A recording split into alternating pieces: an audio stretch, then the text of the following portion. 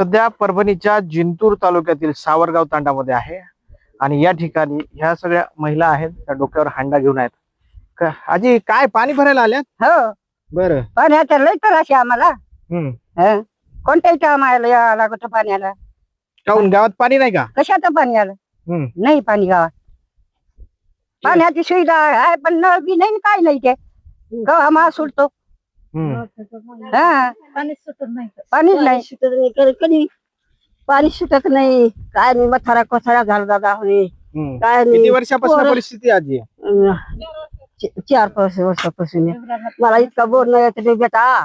माझ्या लेकर चढ जाते एकटीच राहते. हम्म. पाणी कोणी आणून देत नाही काय नाही आता किती अशी किलोमीटर आलेत तुम्ही? आता काय 2-3 किलोमीटर 2-3 किलो असं ना बेटा. हो काय लई पोरं जातात उशाला कुठे जातात हम्म. एकलीला ठेवून जातात अशी रडत राहते कुटका खाते बसते अशी. गावात पाण्याची सोय नाही का मावशी? पाणी नाही. पाण्याची सोय नाही. मग हे पाणी आता तुम्ही इथनच भरतात? हा येतच बरं. किती वर्षापासून सगळं असेल? असे झाले 4-5 वर्ष आम्हाला असेच आहे चालू. बरं. हं. गावात काम काम झालं ना? जलकुंभ उभा राहिलाय. काहीच नाही. टाकी गिकीचं पाणीच येत नाही आम्हाला. बरं. हं. टाकी आहे पण त्याला धुतच नाही हं. पियार नाही काय नाही. हम्म. असं जा कुठं बी आणा पाणी. बरं. हा इथं ह्या इरूर का त्या उरीत जा पाणीच नाही भेटत.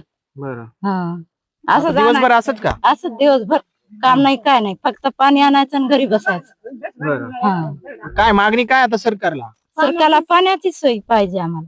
हम्म. हा व्यवस्थाच पाहिजे.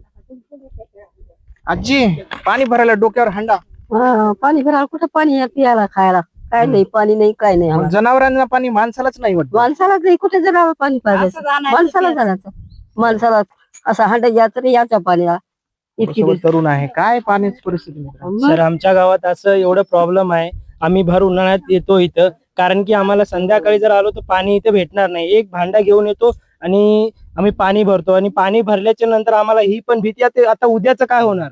आता एक भांडात आम्ही घेऊन जाऊ पण उद्याचं काय होणार. अर्ध त्याच्यात माती असते आणि अर्ध पाणी असते. आम्ही तसं पाणी पितो आणि सरकारचं म्हणणं आहे की 10 वाजल्याच्या नंतर बाहेर निघू नका असं परिस्थिती आहे. सरकारला काय माहिती आहे आम्हाला पाणी प्यायला आहे की नाही.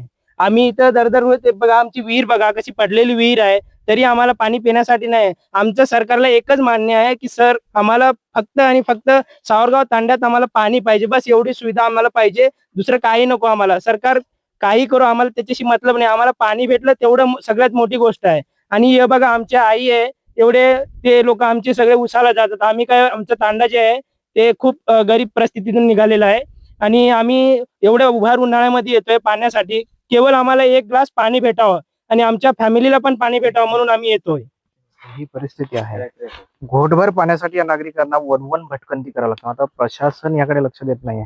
गावामध्ये कोट्यावधींची कामं झालीत मात्र पाणी येत नसल्यामुळे या लोकांना भटकंती करायला लागते. अक्षरशः ह्या ग्रामस्थ आता भर उन्हामध्ये पाणी भरण्यासाठी या ठिकाणी आले मात्र पाण्याशिवाय दुसरा धंदाच राहिला नाही अशी या ठिकाणच्या ग्रामस्थांची संतप्त प्रतिक्रिया आहे. जेणेकरून या गावाला आता तरी पाणी मिळावं अशी अपेक्षा या गावकऱ्यांची आहे. त्यापासून सुदर्शन पाटील सर, ज्ञानेश्वर उंडाळ, TV9 मराठी, परभणी.